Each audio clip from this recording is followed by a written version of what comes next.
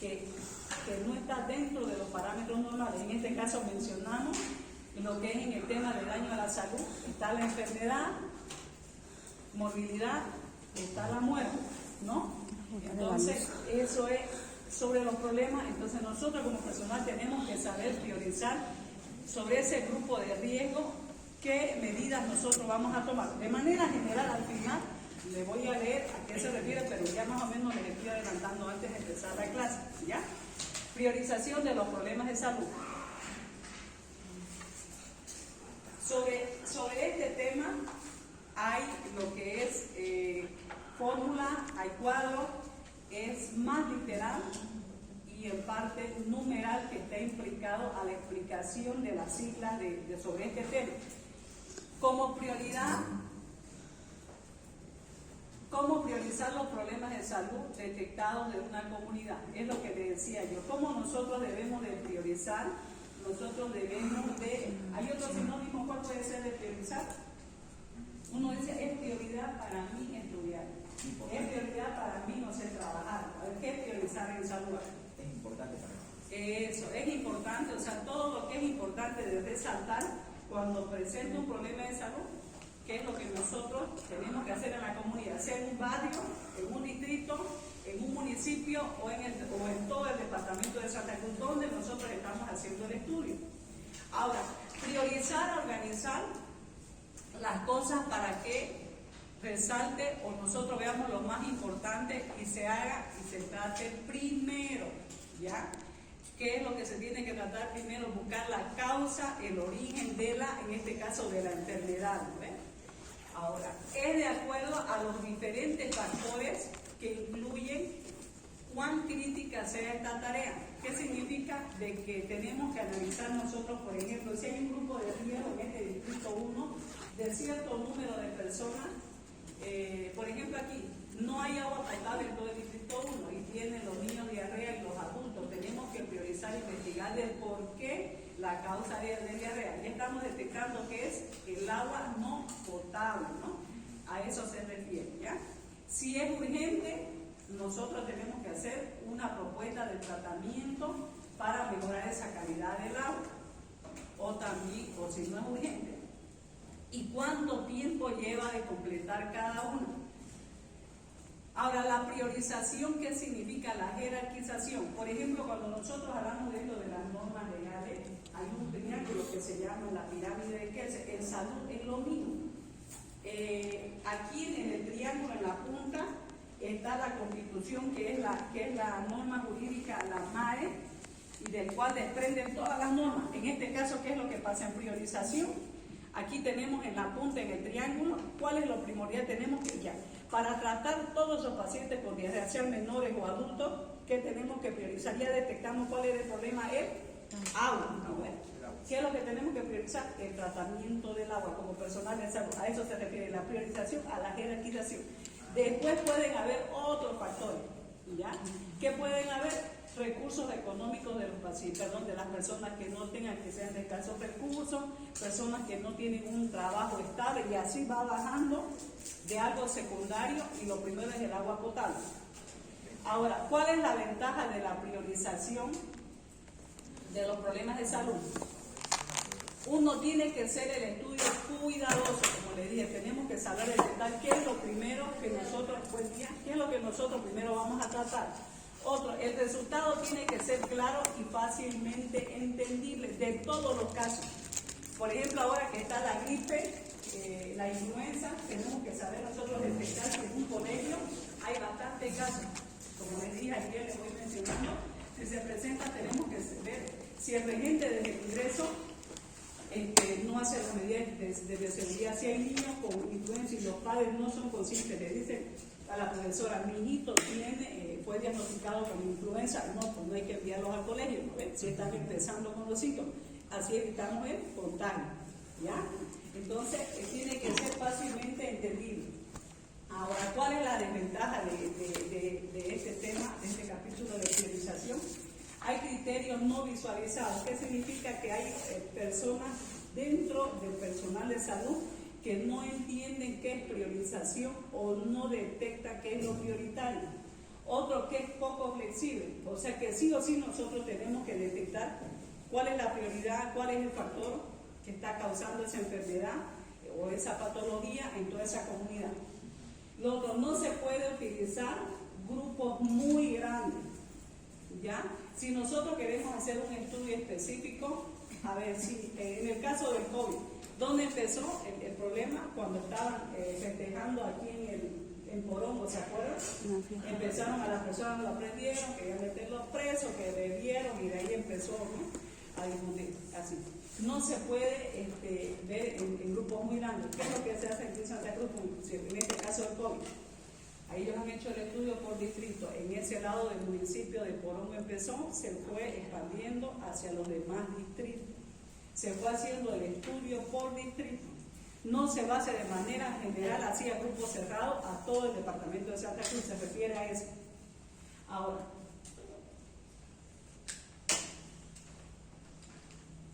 puede aplicar la priorización uno cuando entiende y comprende, ¿ya?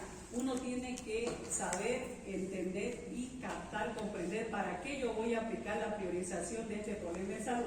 Uno, tengo que definir el problema de salud.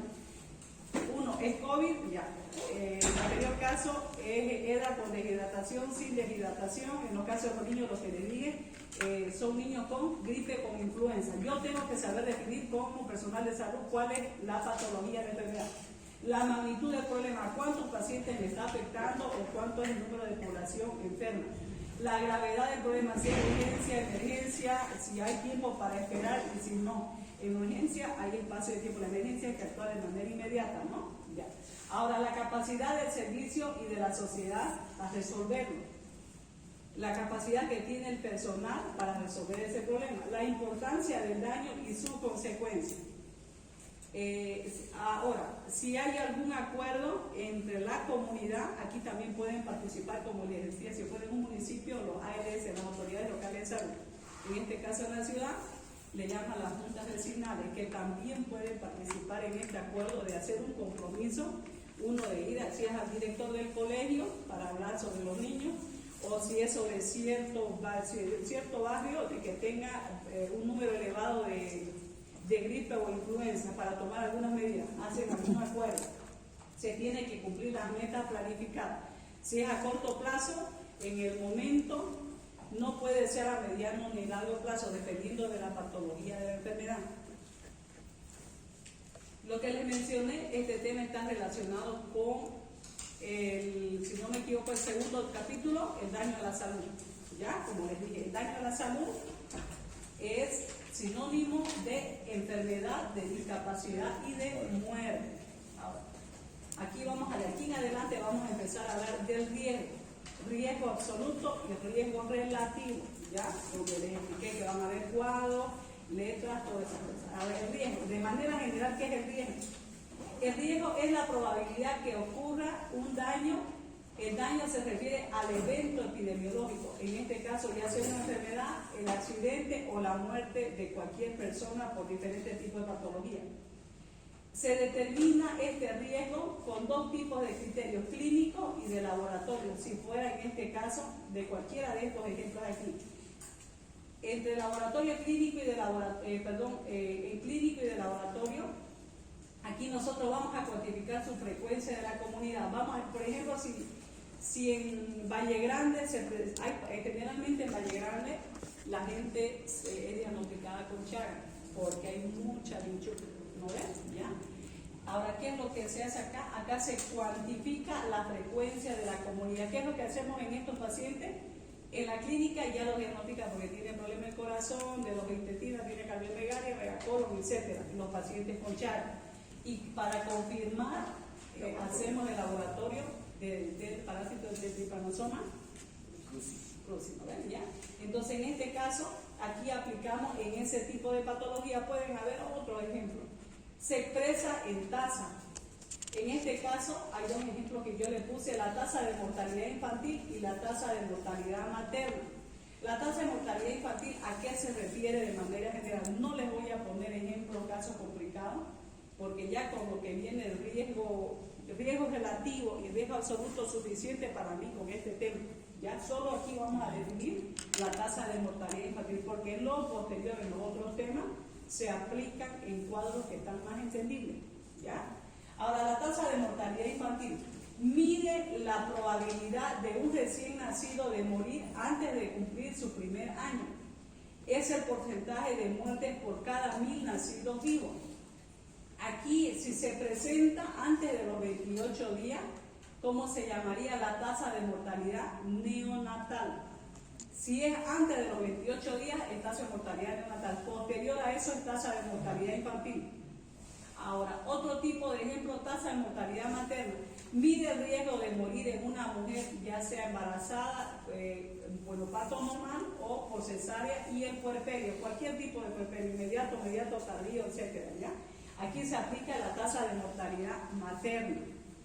Al valorar el riesgo, detectamos grupos etarios de más riesgo. Como les dije, si nosotros en este distrito 1 diagnosticamos un gran porcentaje de pacientes con influenza, con gripe, y ahí vamos a detectar qué grupo de riesgo tiene más riesgo de enfermarse, sean niños menores de 5 años, sean los jóvenes o personas de la tercera edad. Y tenemos nosotros que dar prioridad en los servicios de salud. Uno, por el tema que les expliqué, los medicamentos en estos días, la atención, la recurrencia, etc. Ahora, los grupos de alto riesgo. Ahora, ¿qué es el grupo de alto riesgo? El grupo de alto riesgo es la población que está y ha estado expuesta, o sea, que está presente actualmente y que anteriormente ha presentado la misma patología, la misma enfermedad. Entre comillas, serían factores de riesgo que tiene la mayor probabilidad de contraer una enfermedad que le provoque invalidez o muerte. ¿Qué significa? Si una persona actualmente se enfermó de una patología y se vuelve a enfermar, tiene mayor riesgo de ¿qué? De presentar complicaciones o de morirse, ¿no? Ya. Ahora, el factor de riesgo es una combinación de la probabilidad que se produce en un evento y da consecuencias negativas.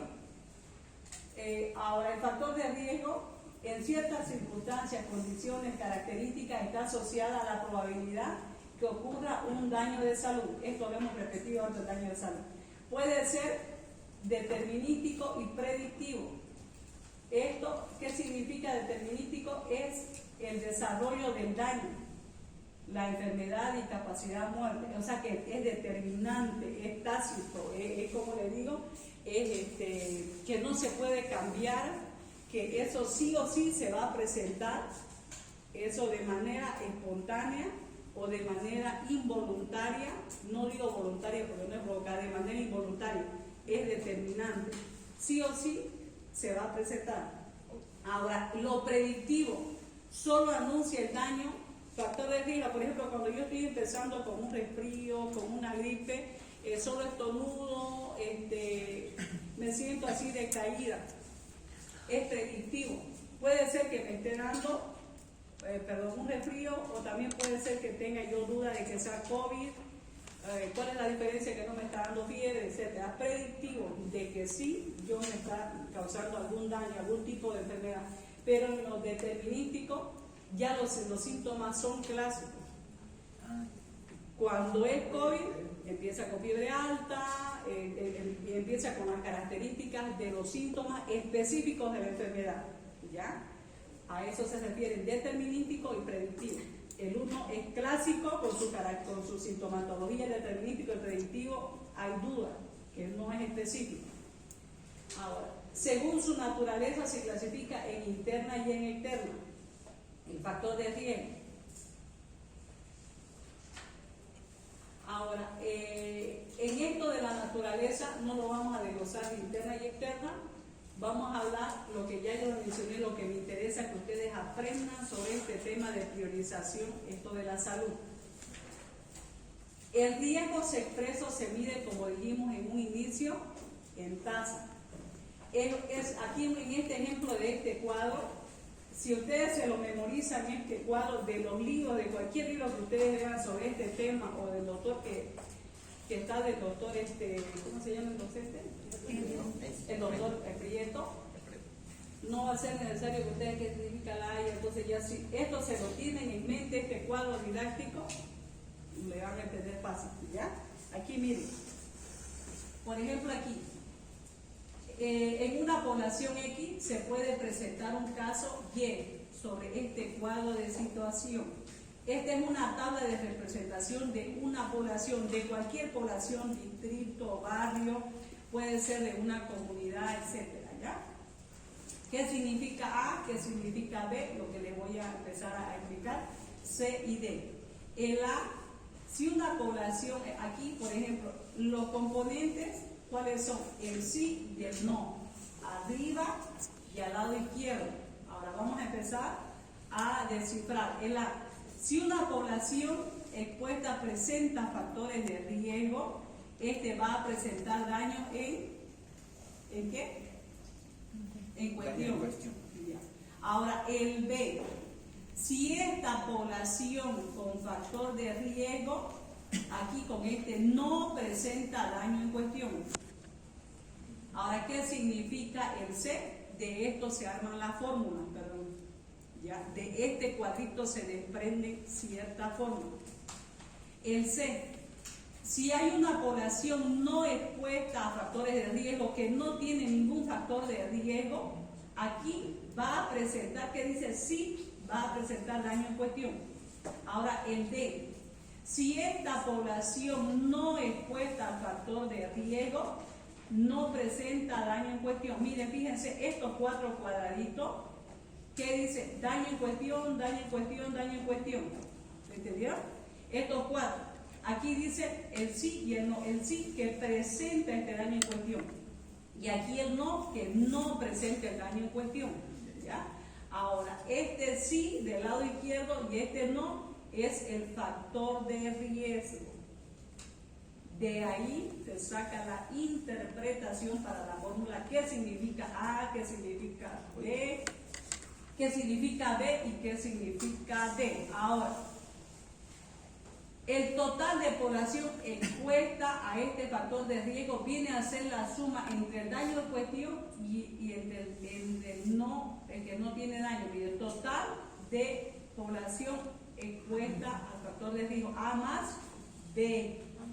Ahora, aquí el total de población no expuesta al factor de riesgo es C más D. Ahora, la suma de estos dos es la población en estudio. Todo esto, estas dos fórmulas vienen a ser la población en estudio, es de manera general, ¿ya? Ahora, yo para poder interpretar también sobre este daño en cuestión, el A más C es el total de población que presenta el daño. Dice daño en cuestión es el total A más C. El B más D es el total de población que no presenta el daño. Esto de aquí es lo importante, esto en forma de L invertida. De estos 6 cuadritos, este es el resultado. ¿Le entendieron?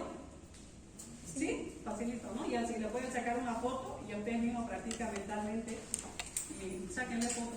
O también a mi diapositiva le pueden sacar foto. Porque incluso para la parte práctica, si ustedes ven en los libros de Aguado, otros libros que yo les dije son libres de buscar otros libros de apoyo o del doctor Prieto, también está, pero no está así de manera sucinta. Y no lo van a encontrar esto, muy poco lo explican así de esta manera. Yo esto lo aprendí en mi posgrado de la maestría. ¿Ya? Ahora, calculamos, dice, la medida de riesgo y se mide de dos formas, lo que les expliqué. Vamos a ver en este capítulo el riesgo relativo y el riesgo absoluto. Aquí en esta parte solo menciona, por ejemplo, aquí la incidencia entre la población expuesta y la no expuesta. ¿Cuál es la fórmula? A, ¿qué significa aquí?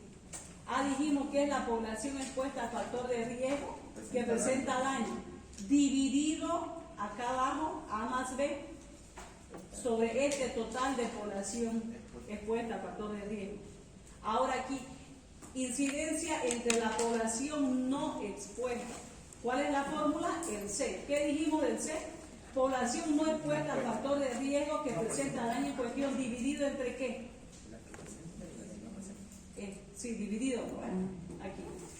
Es solo saber interpretar, por eso le decía, saquen fotos, memorícense para memorizar y después ya le vayan entendiendo. ¿Le entendieron, no? Para que cambiemos de diapositiva. ¿Sí? Ya. Ahora, aquí, esto es teoría sobre el riesgo relativo. Aquí, mire, van a ver, cuando sale el riesgo relativo igual a 1, mayor a 1, menor a 1, ¿qué significa? En resultados estamos hablando. El riesgo relativo es una medida relativa de efecto común que indica cuánto o cuántas veces tiende a desarrollar el evento de este grupo de personas o de sujetos. El riesgo relativo no tiene dimensiones, es una razón. Esto creo que ustedes lo ven también en estadística. Alguna vez lo mencionan, pero no lo desarrollan, recién lo desarrollamos en epidemiología. Se hace más comprendible, más explicativo. El riesgo relativo es una razón. El rango de valor del riesgo relativo es de 0 e infinito. Puede ser de números pequeños hasta mayor, hasta grandes los números. Por eso es que ese cuadrito que les acabo de explicar se resume en eso. Que el resultado puede ir de 0, de 0, tanto, a infinito.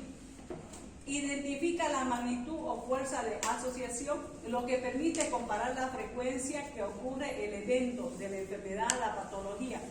Ahora, si en un resultado el riesgo relativo nos sale igual a 1, ¿qué significa? Indica que no hay asociación entre la presencia del factor de riesgo y el evento. Si fuera menor a 1, ¿qué significa? Que existe asociación positiva. Es decir, que la presencia del factor de riesgo se asocia a una mayor frecuencia de suceder el evento. Si fuera menor, indica que existe una asociación negativa. Mayor a 1, asociación positiva, menor a 1, asociación negativa. Que no existe aquí el factor de riesgo, que existe es un factor protector. Si fuera negativo, ¿qué significa? Mejor si no se presenta, o sea, mejor si sale menor a 1, ya es un factor protector para la persona, o si estamos haciendo un estudio para las personas, si estamos haciendo el estudio en una población determinada. Eso es lo que nos da a interpretar si nos da un resultado menor a 1. El riesgo relativo no, aquí lo que resalta es rojo, no se utiliza en estudios de casos, controles y retrospectivos, ya que no es posible calcular las tasas de incidencia. La razón, en este caso, de los ratios, también lo llevan ustedes en estadística. El concepto de riesgo relativo es más difícil de interpretar que el riesgo absoluto, el que vamos a ver posteriormente. Y hay que tener en cuenta que se habla de enfermedades. Este riesgo relativo alto a una enfermedad no implica que el riesgo absoluto sea alto. O sea, este riesgo relativo es más complicado para poder calcularlo a comparación del siguiente que nosotros vamos a ver. Interpretar el riesgo relativo es importante para qué. Por ejemplo, si un riesgo relativo, si nos da como resultado aquí mayor a 1 a 40, ¿qué quiere decir? Que los expuestos tienen 40 veces más probabilidad que los que no están expuestos a desarrollar la enfermedad. Es lo que vimos, factores de riesgo con... A este lado vimos factores de riesgo y aquí en el A, B, y C y D, ¿qué era? Eso, daño, esto quiere decir. Aquí se resume también para que entiendan ese cuadrito, miren. Si nos da un resultado de riesgo relativo, como dice acá que va de 0 al infinito, si nos da un resultado de 40, ¿qué quiere decir? Que los expuestos tienen 40 veces más probabilidad de enfermarse, etcétera, que los no expuestos a desarrollar la enfermedad o de cualquier caso. ¿Ya? Ahora, el riesgo, ya de lo anterior le entendieron, le captaron, ¿sí? Sí. Ya. Ahora, el riesgo relativo, pues seguimos, continuamos con el mismo riesgo. Un ejemplo aquí.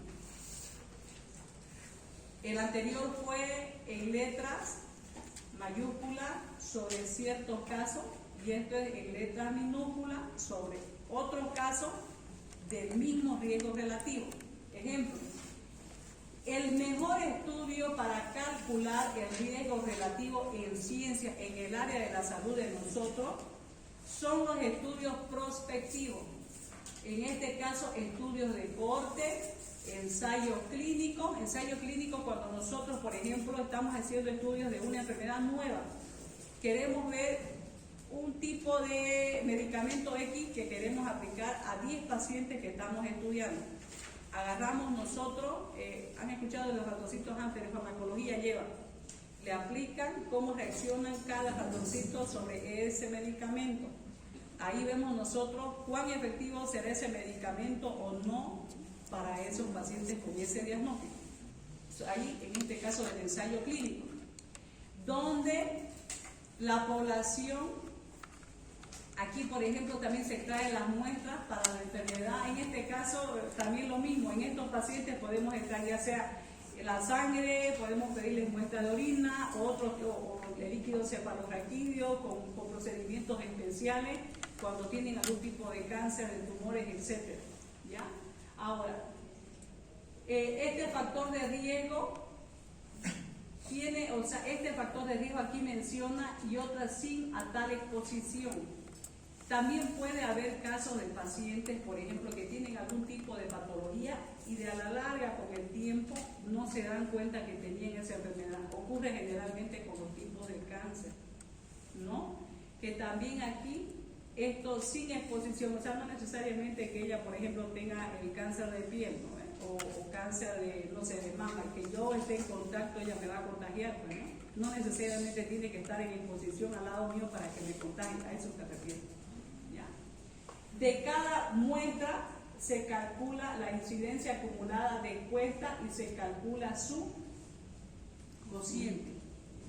En este ejemplo, en este cuadrito, el riesgo relativo, otro ejemplo, incidencia acumulada en expuestos sobre dividido en incidencia acumulada en no expuestos.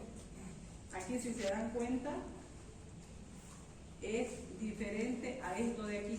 El A dividido sobre estos dos componentes, el C dividido sobre estos dos. Ahora aquí, tenemos en este cuadrito pacientes enfermos, pacientes sanos, expuestos, no expuestos. Aquí, estos pacientes, ¿cómo lo pueden interpretar ustedes aquí en este cuadrito? Ya como anterior que lo hemos visto. El A sería pues los que están, que presentan la sintomatología de la enfermedad. Pacientes expuestos que presentan la enfermedad, síntomas. Pacientes expuestos que no presentan síntomas. Es el ejemplo que yo di ahorita, ¿no? Aquí el otro. Los no expuestos, el C. El C como interpretado. Que tienen enfermedad pero no están expuestos. Ya. Y el D. Que están sanos y no están expuestos. Facilito, ¿no? Ya, ahora acá el total. Este total, ¿qué significa? A más B y C más D. El total de expuestos. De los expuestos y sanos. De los expuestos, enfermos y sanos. Sanos que están expuestos. Eso. Ahora, el C y el D es los no expuestos, enfermos y sanos. Y los sanos y no. Ahora, el total es la sumatoria de estos dos y los sanos lo mismo. Aquí es la población en estudio, ¿ven? De toda, o sea, el número total de población que estamos estudiando sobre este cuadrito. Puede ser 100, 200, ¿no? Eso, de cualquier número, de pacientes enfermos, no enfermos, y pacientes que estén expuestos y no expuestos, todos en general ahí, va a incluir aquí lo que es el N, que es una constante. El riesgo relativo no se calcula en estudios de prevalencia, sino en estudios de incidencia, lo que también se denomina, aquí mencionamos la palabra estudios prospectivos. Estudios prospectivos o de cohorte también se denomina. Aquí un ejemplo, el cáncer de pulmón, sobre esto de aquí, la interpretación de esto. El cáncer de pulmón es más frecuente en pacientes fumadores que en los no fumadores. Lo mismo también en el cáncer de piel y otros tipos de enfermedades. Ahora, aquí el riesgo relativo es la interpretación de lo que ya vimos anteriormente, lo que les expliqué en los otros dos, en esto de acá. Pero le también sobre esto ahí. ¿ya? Pero es con otro ejemplo, ya sobre enfermo, sano, expuesto, no expuesto. Riesgo atribuible.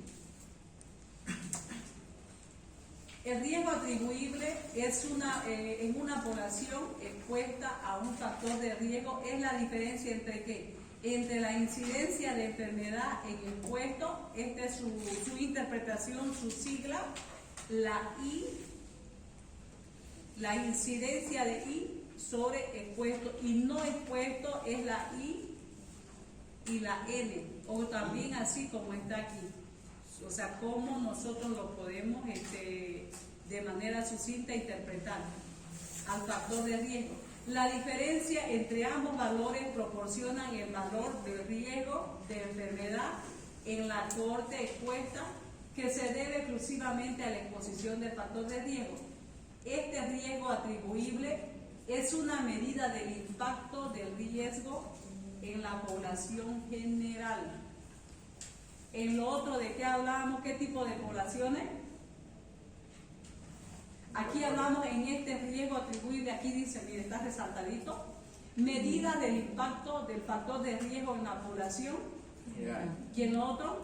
Y el otro eran los que estaban ya expuestos. Expuestos ya en grupos específicos, expuestos, no expuestos, sanos y no sanos. Esta es población general. General, sí, esa es la diferencia entre el riesgo relativo y el atribuible, ¿ya? Ahora, representa el exceso de incidencia de la enfermedad que se evitará en la población general si se interrumpiera la exposición, aquí el factor de riesgo. Lo que tienen que sí o sí memorizar, saber diferenciar, aquí hablamos de población general y en lo otro lo que se menciona. ¿Okay? Se ha mencionado. El riesgo atribuible es una medida que informa el efecto absoluto de un factor de riesgo que produce la enfermedad, es decir, el exceso. Aquí menciona 2 veces del riesgo a enfermar, entre ellos lo que es el factor de riesgo. Estos dos dan la misma interpretación, pero diferentes definiciones. Es junto a la proporción de riesgo atribuible, medida de efecto de mayor importancia en salud pública. Este riesgo atribuible es la que más se utiliza en salud pública, en resumen en epidemiología. Es el que tiene mayor importancia, más aplicado. Ahora, este riesgo atribuible nos da la extensión del problema de la comunidad y expresa la medida administrativa de la acción sanitaria lograda, de lo que nosotros queremos calcular, lo que nosotros queremos investigar, lo que queremos indagar y qué resultado queremos obtener del estudio. Aquí hay un ejemplo también sobre el riesgo atribuible. Aquí, ¿quién, como ya hemos visto las interpretaciones del riesgo relativo, riesgo atribuible, quién ahorita voluntariamente se anima a dar una interpretación sobre este cuadro aquí, lo que está proyectado? ¿Quién quiere interpretarlo? Ya debería ya saber interpretar. Ya sabemos que aquí se da una población general y en el otro era enfermos, no enfermos, expuestos, no expuestos, ¿no? Específico, ¿ya? específico. Ahora aquí, ¿cómo lo podemos nosotros en números interpretar? 27 están expuestos y Aquí primero, ¿no? Primero vamos a ver en el cuadrito, tenemos pacientes o personas enfermas, sanas.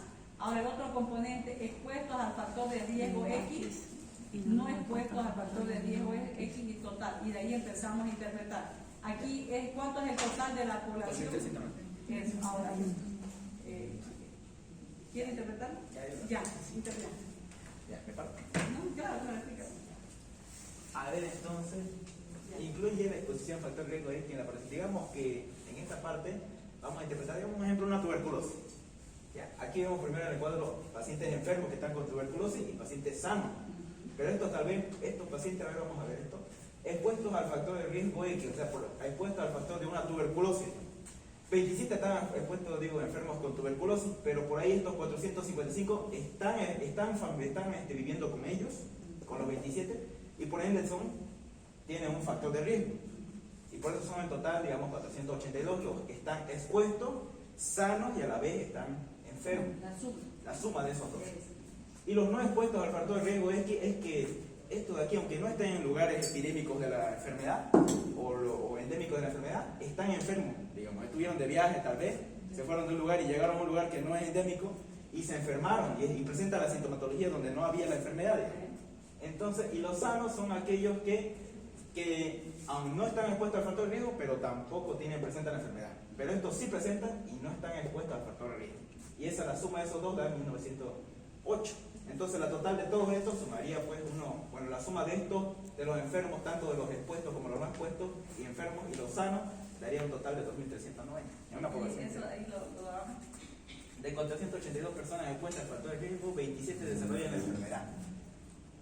27 desarrollan la enfermedad. Aquí, miren, aquí. Por ejemplo, aquí de los 482, que están. ¿cuántos desarrollan la enfermedad? 27. Ya, aquí en la fórmula, de 27 que desarrollan la enfermedad, entre el total, ¿cuánto sería el resultado? 0,056. Ya, ese es el resultado. Ahora, y el otro, a ver, ¿cómo lo interpretamos aquí? De 1908 personas que estaban aquí, de los que estaban expuestos sanos y enfermos a la vez, Ya. 77 desarrollan la enfermedad. Solamente 77 desarrollaron, digamos, los que estaban de viaje. Ajá, sobre. Sobre el total. Sobre el total de los enfermos y sanos. Ya, ahora aquí tenemos dos resultados. Aquí, ¿esto qué sería? Los expuestos y los no expuestos. Eso. Ahora, el riesgo atribuible, ¿cómo lo calculamos? Sobre los que están expuestos y los Una que diferencia. no están expuestos. A ver, saquen esto con su celular. Este resultado para que ustedes se den cuenta la diferencia con el anterior, el riesgo relativo con el riesgo atribuible. No sería, doctora, mire, 0.056 menos 40, nomás le quitamos y sale 0.3. Menos 40. 16. Ahora, ¿cómo lo interpretamos? Esto lo multiplicamos por 1000. Eso era ya. El riesgo atribuible lo multiplica. Por eso dice, el resultado puede ir de 0 hasta el infinito. Y por eso aquí vemos el resultado de 0, como tanto. Y lo que hacemos es multiplicarlo por 1000 para darle una interpretación al resultado que yo estoy obteniendo. ¿Ya? ¿Qué quiere decir ahí el resultado? En conclusión, 16 de cada 1000 personas expuestas al factor de riesgo X desarrollan la enfermedad, debido a lo atribuible al hecho de estar expuestas al factor X. Dicen solamente 16 personas de cada 1000. De cada 1000, ¿ves? Facilito. ¿Ves? ¿Le entendieron ahora? Eso es lo que yo quería que hace rato. Doctor, este 16 era por 1000 nomás. Por 1000, claro, Sí. aquí está. Ahí, perdón. Y si fuera 118, digamos, igual por 1000. Como 100. No, tiene que salir aquí 0, tanto. O también aquí puede salir 0,15, cualquier resultado 0, en adelante, ¿no? Pero lo multiplica por 1000 y le va a salir aquí un resultado. Ya, después ya y le da la interpretación. En conclusión o interpretación, de 16 de cada 1000, lo que dice. Y si aquí diría 116, sería de cada 116 cada 1000. Eso, así. Bien, felicidad. Ahí entonces el compañero le entendió, captó. ¿Le han entendido todo? Por eso le digo otra vez, me interesaba mucho, me preocupaba de que primero capten, interpreten a esa tablita de la A más B más C. Ya con esto ya es más fácil. Si tenemos este cuadrito, teníamos en letra, ahora tenemos con número, ya sabemos interpretar. ¿Ya? Ahora. El enfoque de riesgo en los distritos de salud, en cualquiera, no solo distrito, puede ser como le dije, barrio, comunidad, departamento, V, manzano, lo que ustedes quieren investigar e indagar. ¿Para qué se utiliza? Uno, nosotros seleccionamos, ¿ya? Ahora, esto tenemos que guiarnos, orientarnos para ver qué acción nosotros vamos a tomar, qué medida, y si hay otros sectores, otros lugares donde nosotros también tenemos que intervenir. Por ahí es un distrito que tiene 10 barrios.